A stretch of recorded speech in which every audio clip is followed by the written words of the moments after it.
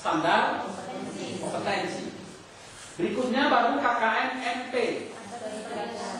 Apa? KKN mata pelajaran. Nah, kriteria penetapan KKN pertama itu ada semua di catatan Bapak Ibu sekalian. Ada kompleksitas dalam kurung kesulitan dan kerumitan. Kemudian ada daya dukung.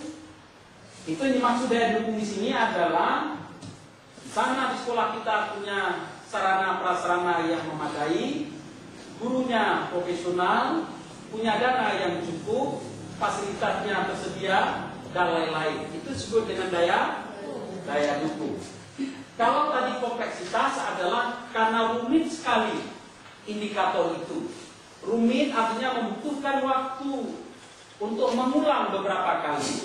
Untuk memahami indikator itu disebut dengan kompleksitas.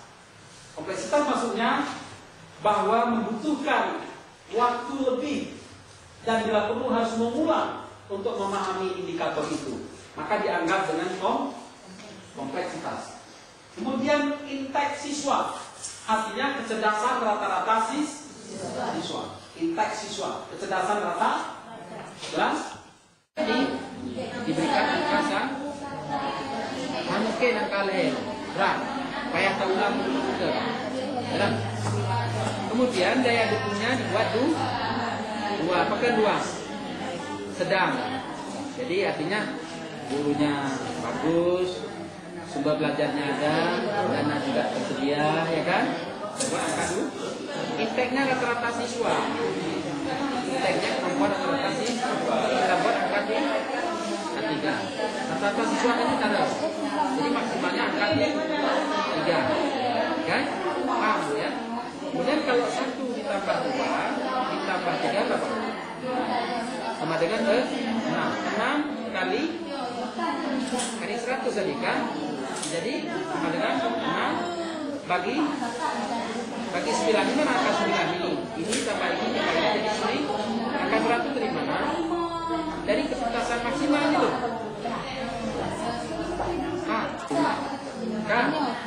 Sudah dapat indikator pertama, lalu cari indikator kedua, cari indikator ketiga, tulis semua ini. Ini indikator pertama tambah indikator kedua, indikator ketiga dapatlah 1 KD. Dibagi